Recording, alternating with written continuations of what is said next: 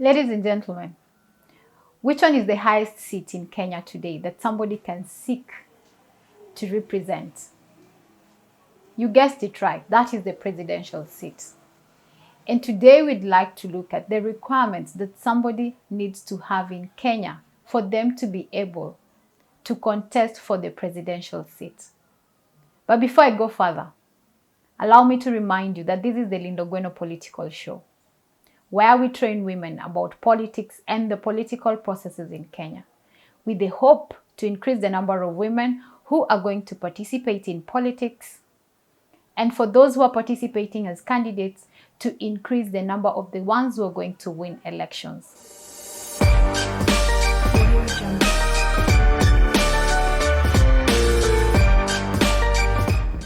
So which are these requirements that you need to have to contest for the presidential seats?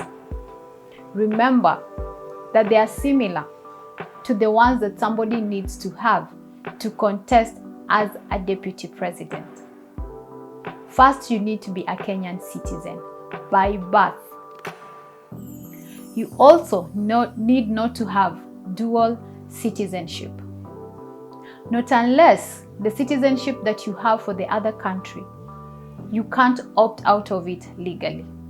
You shouldn't swear allegiance to a foreign state as well. You should be a registered voter within Kenya. Of course, you should be 18 years of age, and that cuts across all the other seats that you can contest for within Kenya today. In case you're serving as a public servant or a state officer, you should resign from your position. You're only exempted from this requirement if currently you are the president, or you are the deputy president, or you're currently serving as a member of parliament or a woman representative. You should be a person of sound mind. You shouldn't have been declared bankrupt. You shouldn't be serving term in terms of jail or convicted to serve term at least 6 months from the date when elections are going to be held. You should decide whether you're going to vie representing a political party or you're going to vie as an independent candidate.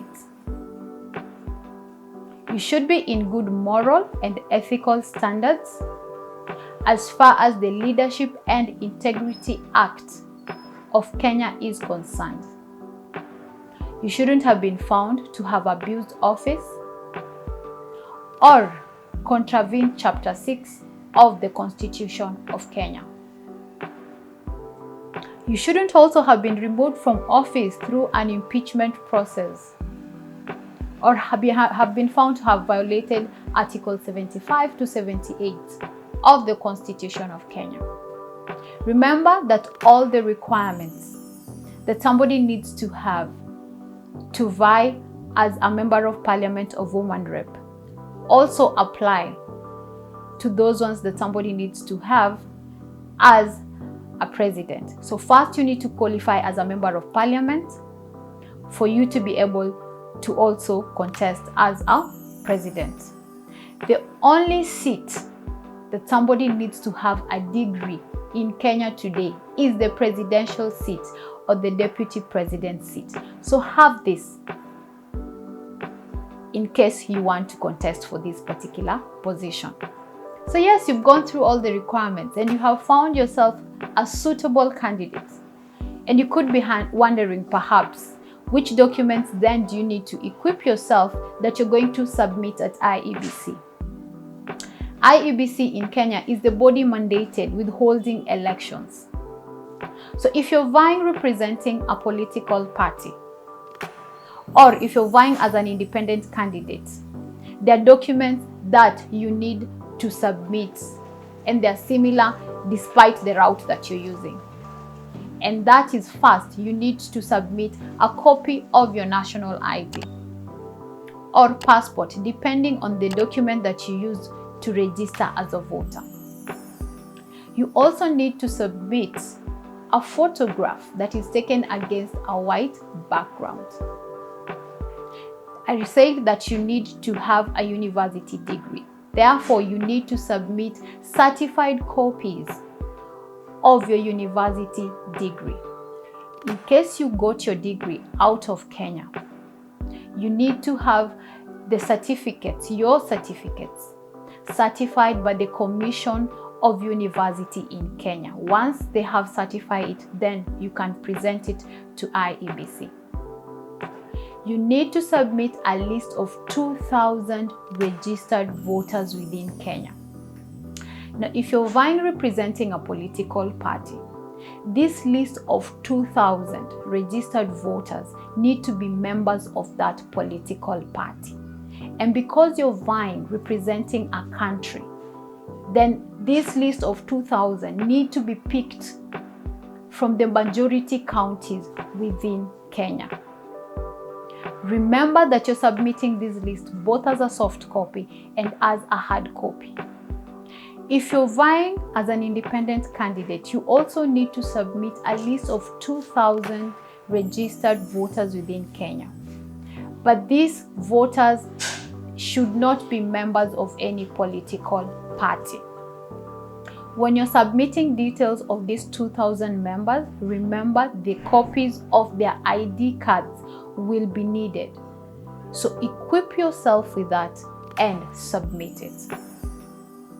You will need to draw a banker's check of Kenya shillings 200,000 if you're vying as a president or as a deputy president. But in case you're a woman, in case you're a young person under the age of 35, of somebody living with disability, then this figure has been lessened and you will only be required to pay 100,000 Kenya shillings to IEBC. Now, in case you're vying representing a political party, you will also need to have a nomination certificate from your political party that has been signed by the person within your political party mandated with that responsibility. Remember to sign the Code of Conduct form and submit it. There is an application form. Kindly pick it, fill it, and submit it. If you're vying as an independent candidate, you will need to equip yourself with a symbol that is going to be used against your photo in the ballot paper. You will also need to have ORPP certificate authenticating that you're not a member of any political party. You will need to submit as well details of your office, the location and the address where it is. Also get the application form, fill it in and submit it.